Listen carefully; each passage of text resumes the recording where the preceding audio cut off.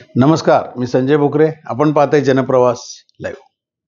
स्थानिक स्वराज्य संस्था निवडणुका पडगम वाजू लागलेले आहेत आणि आज विषय घेऊन आलोय सांगली जिल्हा.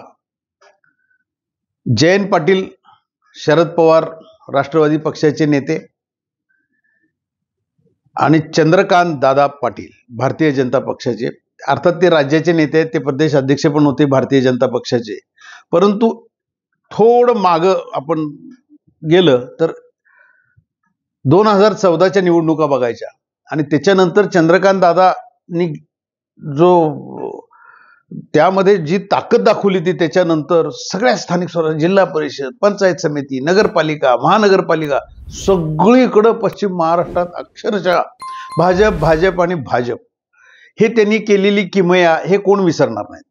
आणि नंतरच्या काळामध्ये म्हणजे अलीकडच्या काळामध्ये त्यांनी थोडं दुर्लक्ष दिसत होतं त्यांचं. म्हणजे अर्थात निवडणुका आल्यानंतरच हे आलं पाहिजे असं काय नाही, त्यांचं काम चालू होतं. परंतु ज्या पद्धतीनं म्हणजे झंझावात म्हणतात ना, आता जसं चंद्रकांत दादा आता सांगली जिल्ह्यामध्ये पूर्ण लक्ष घातलं, पुण्यामध्ये लक्ष घालतायत, कोल्हापुरातही लक्ष घालतायत. पण सांगली जिल्हा हा फार महत्वाचा आहे.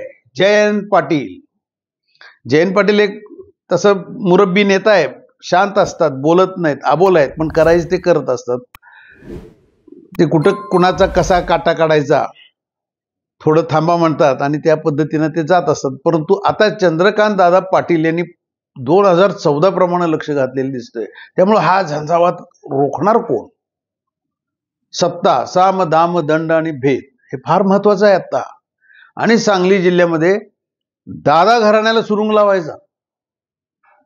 जयश्रीताई पाटलांचा आज प्रवेश, देवेंद्र फडणवीसांच्या उपस्थितीत प्रवेश होतोय. सगळं श्रेय चंद्रकांत दादा पाटील यांना जाते. त्याच अर्थात काही मंडळी जिल्ह्यातली प्रयत्नशील होती, मग त्याच्यामध्ये शेखर इनामदार असतील, समित कदम असतील, ते सुद्धा घटक पक्ष आहे तो त्यांचा. जनसुराज्य शक्ती हा पक्ष आहे, त्याचे ते प्रदेशाध्यक्ष आहेत. हे सगळ्यांनी प्रयत्न केलेत, परंतु चंद्रकांत दादा पाटील हे महत्वाचं आहे.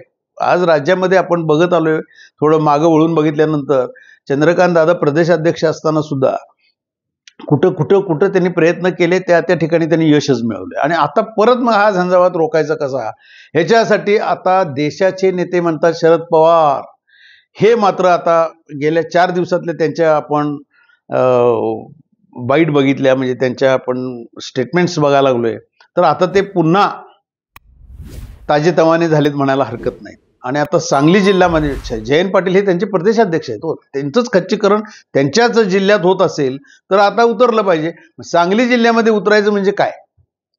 जयंत पाटलांनी आधी जे काही केलेले होत्या कुरगोड्या, त्यामुळे विशाल पाटील त्यांचं ऐकतील. विशाल पाटलांच्यासाठी काय केलं, विशाल पाटलांनी काय केलं, दादा बापू गट हे सगळं झालेलं आहे, सगळ्या जिल्ह्यातल्या जनतेला माहिती आहे. मग आत्ताच्या निवडणुकीत परत चंद्रकांत दादांचा हा झंझावात रोखायचा म्हटलं तर शरद पवार हे या तिघांना एकत्र आणणार का? जयंत पाटील, विशाल, विश्वजित, जयंत विशाल विश्वजित हे एकत्र आले पाहिजे.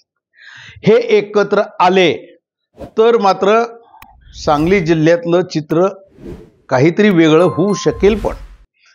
परंतु ते होणार का? आणि तिथं मातब्बर चंद्रकांत दादा पाटील, ते मुत्सद्दीगिरी पण त्यांची आहे, कूटनीती पण आहे. ते ज्या त्यावेळेला साम दाम दंड भेद आणि चंद्रकांत दादांचं बोलणं, कार्यकर्त्याच्या पर्यंत जाणं, भेटणं.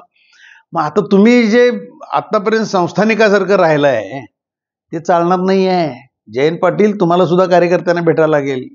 विशाल पाटील, तुम्हालाही कार्यकर्त्यांच्या पर्यंत जायला लागणार आहे. आता तसं म्हटलं तर पक्षीय राजकारण जास्त नसतंय स्थानिक स्वराज्य संस्थेच्या निवडणुकीमध्ये. व्यक्ती महत्वाची आहे, उमेदवार महत्वाचा आहे. मतदाराला तो उमेदवार कोण आहे ह्याच्यावरच, तो भाजपचा आहे का राष्ट्रवादीचा आहे का काँग्रेसचा आहे का शिवसेनेचा आहे, काही घेणं देणं नसतंय त्याला. एक लक्ष्मी प्रसन्न आणि आपल्या मदतीला धावून येणारा उमेदवार हे महत्वाचं आहे. कारण मग मी साखर कारखान्याचा आम्ही त्याला नोकरी दिलेली आहे, त्याचं घरदार आमचं अजिबात नाही. स्वतः जयंत पाटील, विश्वजित कदम, विशाल पाटील असतील तर ते बांधिलकी असते, नंतर बांधिलकी नसती. हे स्थानिक स्वराज्य संस्थेच्या निवडणुकीमध्ये घडतं. आत्ता हा डाव शरद पवार करणार आहेत. हे तिघं एकत्र आणण्यासाठी ह्यांची मनं जुळणार आहेत का? ह्यांचे मतभेद नाही आहेत, ह्यांचे मनभेद झालेले आहेत. आणि पवार साहेबांचं आता हे ऐकलं जाणार का? हा महत्वाचा प्रश्न आहे. आणि विशाल काय वेळेला म्हणतात हाय आम्ही काँग्रेसचेच आहे, आणि काही वेळेला भूमिका होतात मी अपक्ष आहे. म्हणजे इकडे जर चंद्रकांत दादा त्यांना कुरवाळत आहेत, त्यामुळे ते बऱ्यापैकी चंद्रकांत दादांच्या बाजूला सुद्धा दिसतात. इकडे काय वेळेला काँग्रेस. आता जयश्रीताई पाटील यांच्या प्रवेशावर काय स्टेटमेंट आलं? विशाल दादा म्हणतात नाही ते अनैसर्गिक युती आहे, म्हणजे त्यांचा विरोध आहे. आतनं त्यांना गुदगुले होत असतील कदाचित. आता जयश्रीताई गेल्या बरं झालं, आणि ते तसं दुरून दादा घराण्याचे ते दुरून नातेवाईक आहेत असं सुद्धा ते खासगीमध्ये बोललं जातंय. पण भाजपवासी झाल्यानंतर आता विशाल पाटील जयश्रीताईंचे सगळे कार्यकर्ते आपल्याकडे कसे येतील ह्याच्यासाठी प्रयत्नशील आहेत. आणि मग असं असेल तर उद्याच्या काळात भारतीय जनता पक्षाला फायदा किती झाला याचा हे पण कळून येणार आहे नंतरच्या काळामध्ये. कारण आता नंतरच्या काळात म्हणजे महापालिका असेल, जिल्हा परिषद असेल, पंचायत समिती, सगळ्या निवडणुका एकाच वेळेला लागतील अशातला भाग नाही आहे. महापालिका कदाचित नंतर आणि अलीकडे सुद्धा होईल किंवा नंतर ते होईल, काहीतरी होईल बदल. कारण आता प्रभाग रचना सुरू झालेली आहे, त्याच्यातनं आता नवीन एक कळेल. पण आत्ता राजकीय परिस्थिती बघितली तर शरद पवार ह्या त्रिमूर्तीला एकत्र आणणार का, हा विषय महत्वाचा आहे. आणि हा जिल्ह्यातला आता चर्चेचा विषय सुरू झाला. आज जयश्रीताईंचा प्रवेश झाला आणि इकडे शरद पवारांनी आता ही भूमिका घेतलेली दिसते की आता ह्या तिघांना एकत्र आणल्याशिवाय सांगली जिल्ह्यात आपलं काहीही म्हणजे उमेदवार निवडून यायचे असतील, मजबूतीने राहायचं असेल तर पर्याय राहणार नाही. तिघं एकत्र आलीच पाहिजेत. नसेल तर चंद्रकांत दादांचा झंझावात रोखणं कठीण आहे. आणि देवाभाऊ बरोबर राजकारण करतात वरती बसून. कारण पश्चिम महाराष्ट्र म्हटलं की चंद्रकांत दादा पाटील, कारण त्यांनी त्यांची ताकद दाखवलेलीच आहे. मुळात तसं म्हटलं तर राज्यात ते फिरलेत सगळीकडे.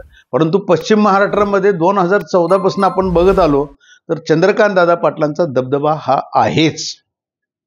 आणि त्यांनी कार्यकर्त्यांची कामं करणे, कार्यकर्त्यांना भेटणे, अवेळी वेळी सगळ्यांना ते मार्गी लावणे हे मान्यच करावं लागेल. आता भारतीय जनता पक्षातले सांगली जिल्ह्यातले काही जण नाराज झाले असतील, ठराविकच, कारण जयश्रीताई आल्यामुळं नक्कीच नाराज झाले असतील. आमदार गाडगीळ सुद्धा नाराज आहेत असं बोललं जातंय. परंतु ते समजूत काढतील. देवाभाऊ त्यात एक्सपर्ट आहेत, म्हणजे त्यात PhDs आहेत. मुख्यमंत्री एक सक्षम आहेत आणि ते करतील.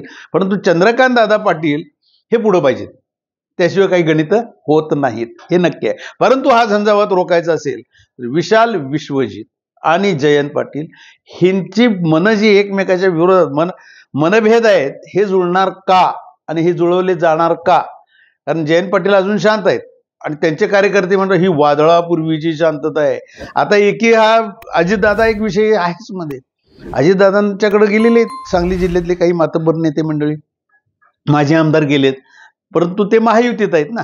मग निवडणुका महायुती एकत्रित लढणार आहे का स्वतंत्र लढणार आहे अजून चित्र स्पष्ट नाही. परंतु भारतीय जनता पक्ष मात्र आपल्या ताकदीनं निघालेला आहे. स्वतंत्र निवडणुका लढवायची झाली सुद्धा आपण ताकदीनं आहे. एकत्र निवडणुका महायुतीनं मिळून लढवायच्या झाल्या तर मग ते निर्णय वर होतील. अर्थात चंद्रकांत दादाच तिथं असणार.